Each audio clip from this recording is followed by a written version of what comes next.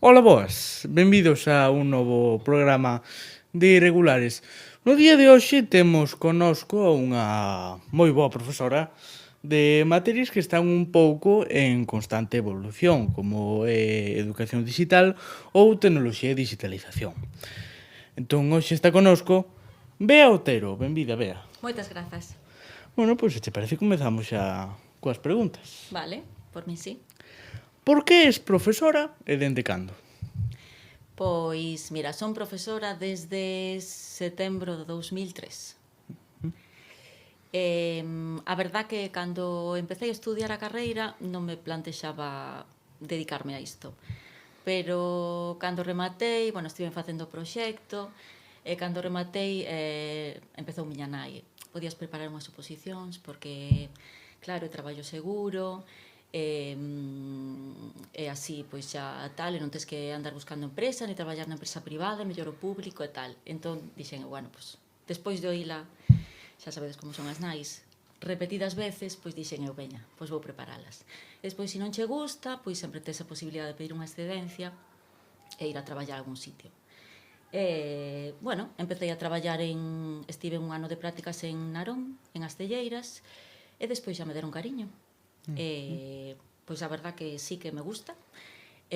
Nunca me plantexei pois o que a posibilidade que me daba a miña nai, que era de pois de pedir unha excedencia e dedicarme a outra cousa. Así que, nada, aquí estou. E por que és profesora de materias como tecnoloxía e digitalización?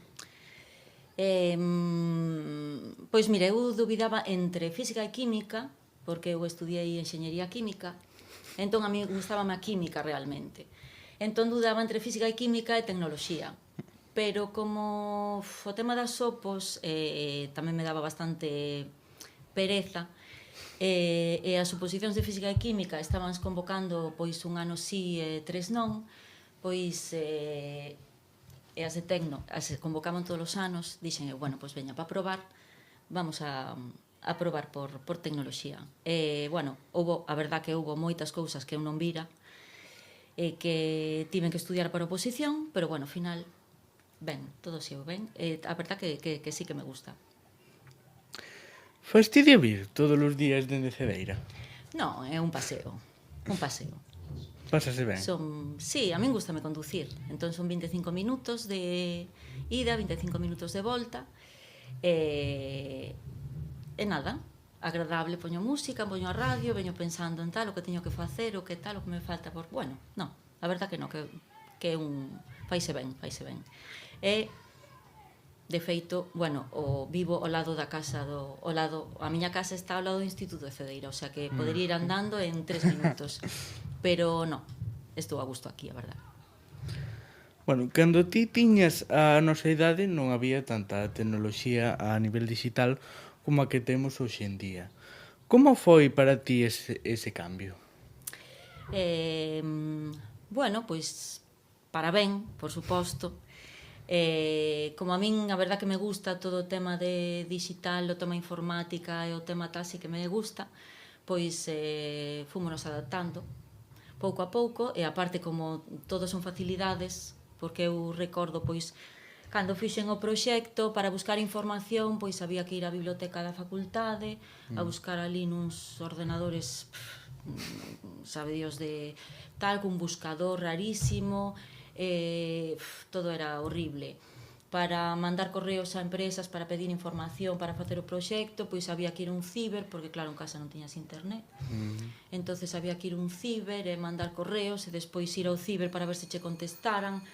Bueno, a verdad que ahora si o penso, digo, jolín, pois avanzouse moito e para ben. Ahora que tes o chat GPT, xa lle preguntas todo e xa che dá solucións para todo.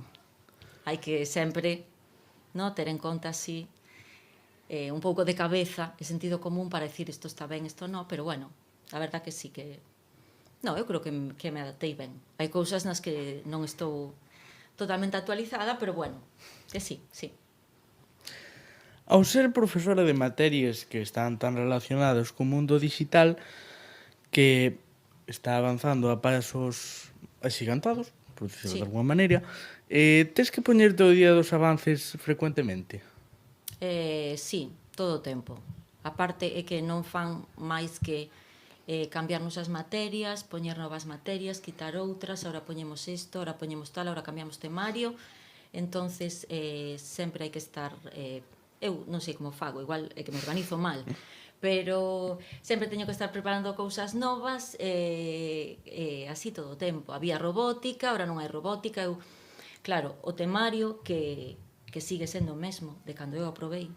Non hai nada de robótica, bueno, de electrónica sí, pero non hai nada de inteligencia artificial, toda esa parte pois sí que forma parte do noso temario, entonces toda esa parte despois de cando a van metendo, pois hai que irse actualizando. Entonces sí, a verdad que sí, somos non nos tratan ben, porque digo, os de mate, no, tamén lle podían poñer cousas, os de física e química, no, todo para nós. Todo para nós, así que sí, hai que traballar, pero bueno, con gusto. Crees que a túa carreira pode ser máis extensa que a outras? Por que máis extensa? A que te refires? Pois a termos de duración, de abarcar temario.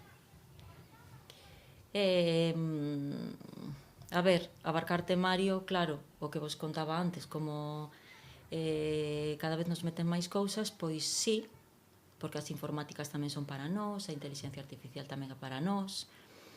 Bueno, e de duración, pois non sei. Eu penso que aos 60, se non cambian a lei, pois podería máis xubilar, pero bueno, xa veremos se me apetece ou non.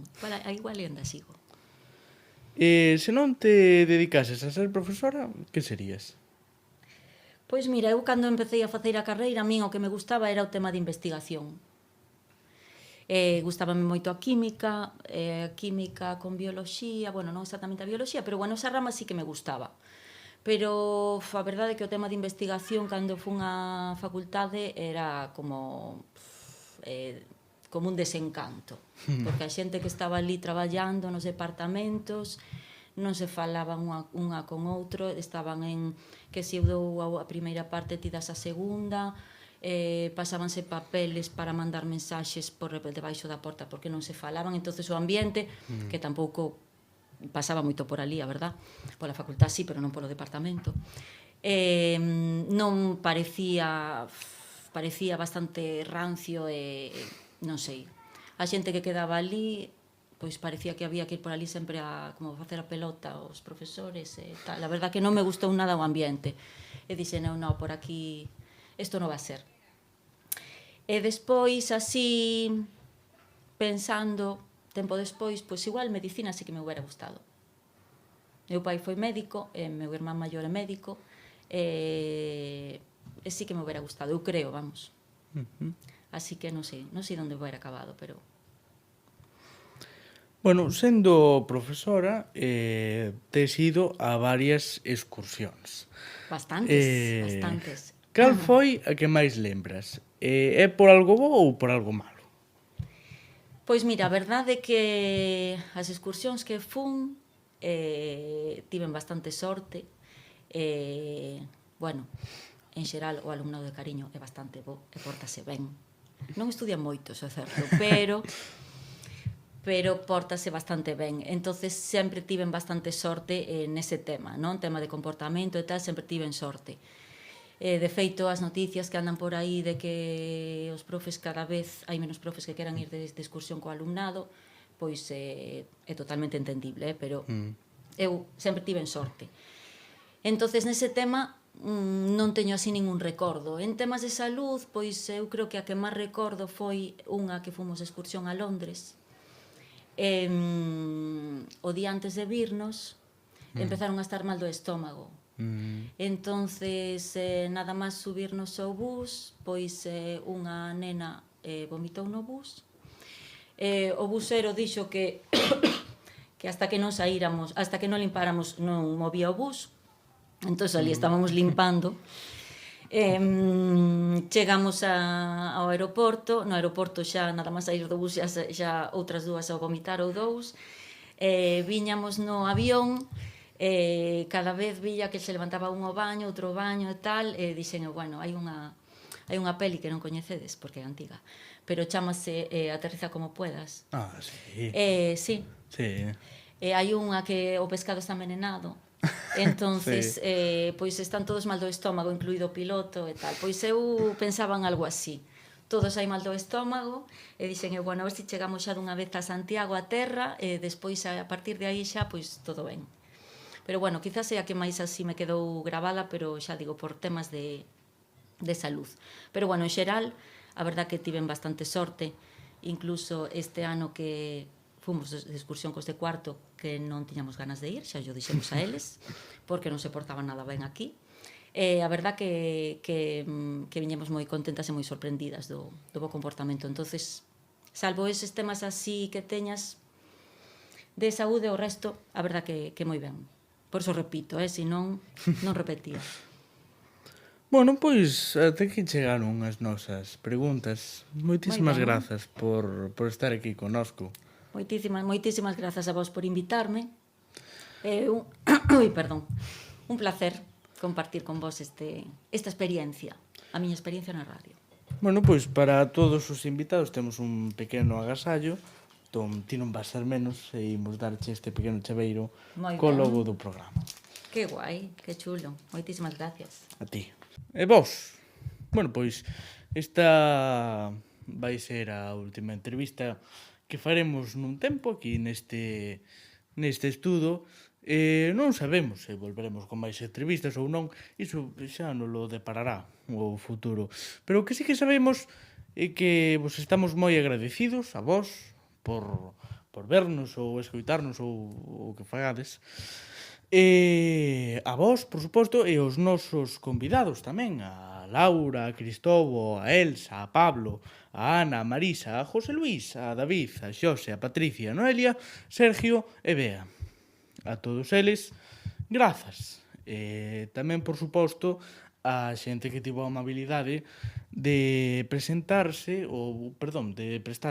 a colaborar connosco nos programas da rúa. Como dixen antes, non sei se será o noso derradeiro programa, pero sí que vai ser a última entrevista de estudo desta tempada e desta etapa. Así que, como dixen antes outra vez, non sei se será a derradeira ou non, así que no caso de que o sexa, ata sempre, e no caso de que non, ata logo. Adeus. Queréis verbenas? No. Eso é unha clase de clase, vale? No. Desde el instituto me voy, Yo voy a subir eso, yo no lo voy a recortar. No.